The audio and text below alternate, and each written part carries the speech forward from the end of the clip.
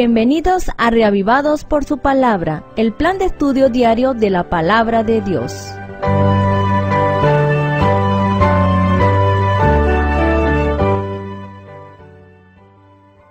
La porción de la Palabra de Dios en el plan de Reavivados por su Palabra la encontramos hoy en el capítulo 4 del libro de Josué.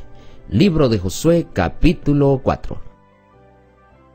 Cuando toda la gente terminó de pasar el Jordán, el Señor le dijo a Josué: toma 12 hombres del pueblo, uno de cada tribu, y diles: tomad de en medio del Jordán, del lugar donde están firmes los pies de los sacerdotes, 12 piedras, pasadlas con vosotros y ponedlas donde paséis la noche. Entonces Josué llamó a los 12 hombres que había elegido de entre los israelitas, uno de cada tribu, y les dijo: pasad delante del arca del Señor vuestro Dios al medio del Jordán, y cada uno de vosotros tome una piedra sobre su hombro, conforme al número de las tribus de Israel, para que sean señal entre vosotros, y cuando mañana vuestros hijos pregunten a sus padres: ¿qué significan estas piedras?, responderéis que el agua del Jordán fue dividida ante el arca del pacto del Señor, que cuando ella pasó el Jordán, el agua se dividió, y esas piedras servirán a los israelitas de monumento conmemorativo para siempre. Y los israelitas hicieron como Josué les mandó. Levantaron 12 piedras de en medio del Jordán, como el Señor había dicho a Josué, según las tribus de Israel, las llevaron a donde iban a pasar la noche y las asentaron allí. Josué levantó también otras 12 piedras en medio del Jordán, donde estuvieron los pies de los sacerdotes que llevaron el arca del pacto, y allí están hasta hoy. Los sacerdotes que llevaban el arca permanecieron en medio del Jordán hasta que se cumplió todo lo que el Señor había mandado a Josué que dijese al pueblo, conforme a todo lo que Moisés había mandado a Josué. Y el pueblo se dio prisa a pasar. Cuando todo el pueblo acabó de pasar, pasó también el arca del pacto del Señor y los sacerdotes en presencia del pueblo. También los rubenitas, los gaditas y la media tribu de Manasés pasaron armados, como Moisés les había dicho. Como 40,000 hombres armados, listos para la guerra, pasaron hacia la llanura de Jericó ante el Señor. En ese día el Señor engrandeció a Josué a los ojos de todo Israel, y lo respetaron como habían respetado a Moisés todos los días de su vida. El Señor dijo a Josué: manda a los sacerdotes que lleven el arca del testimonio, que suban del Jordán. Y Josué mandó a los sacerdotes: subid del Jordán. Y tan pronto como los sacerdotes que llevaban el arca del pacto del Señor subieron de en medio del Jordán, y sus pies estuvieron en seco, el agua del Jordán volvió a su lugar, y corrió como antes hasta sus riberas. El pueblo subió del Jordán el 10 del primer mes, y acamparon en Gilgal, al oriente de Jericó. Y Josué levantó en Gilgal las 12 piedras que habían traído del Jordán, y dijo a los israelitas: mañana, cuando vuestros hijos pregunten a sus padres qué significan esas piedras, les diréis: Israel pasó en seco por este Jordán. Porque el Señor vuestro Dios secó el agua del Jordán entre vosotros, hasta que habíais pasado, lo mismo que había hecho con el mar Rojo, que secó ante nosotros hasta que pasamos. Para que todos los pueblos de la tierra conozcan la poderosa mano del Señor, y para que vosotros reverenciéis al Señor vuestro Dios todos los días.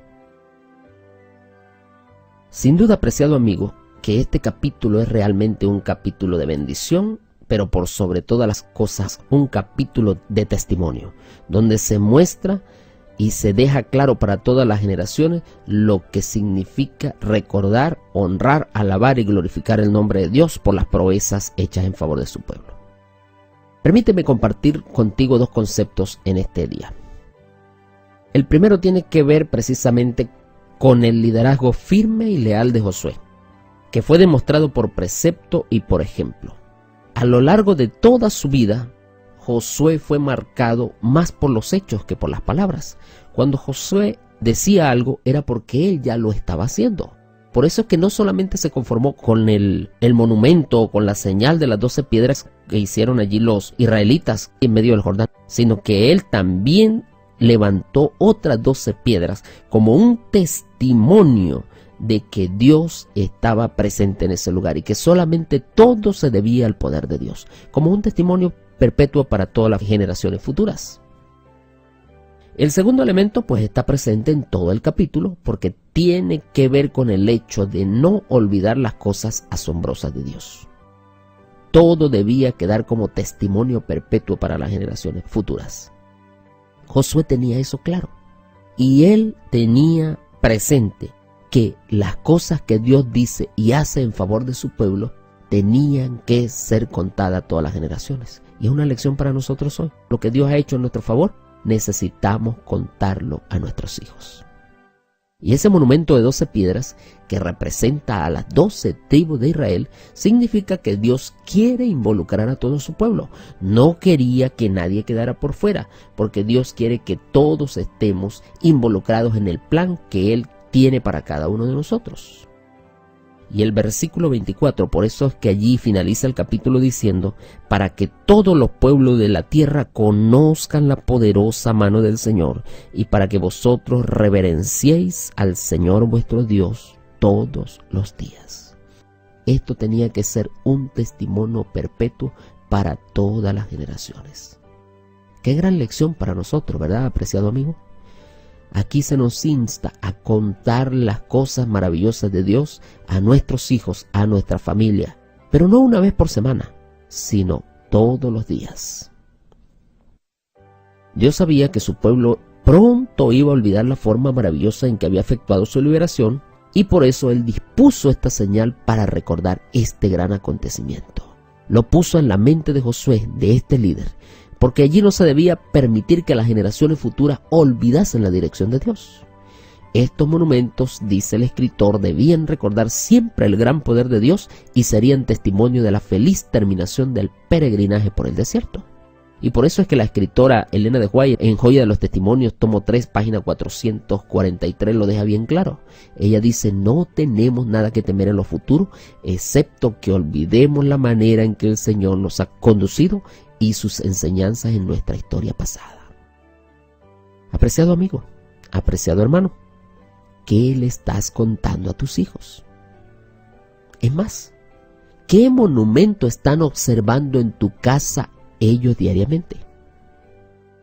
Son dos preguntas de reflexión que necesitamos hacernos en este momento. ¿Cuál es el monumento? ¿Es un monumento de bendición o es un monumento de perdición?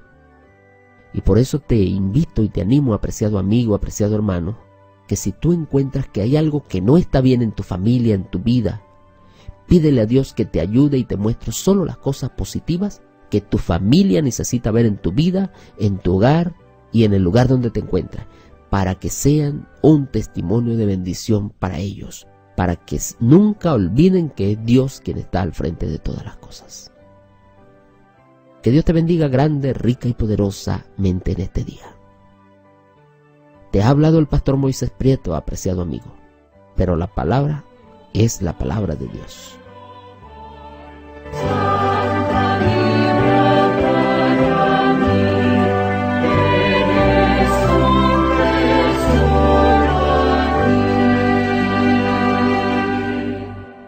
Únete al plan de estudio de la Biblia e invita a todos tus amigos.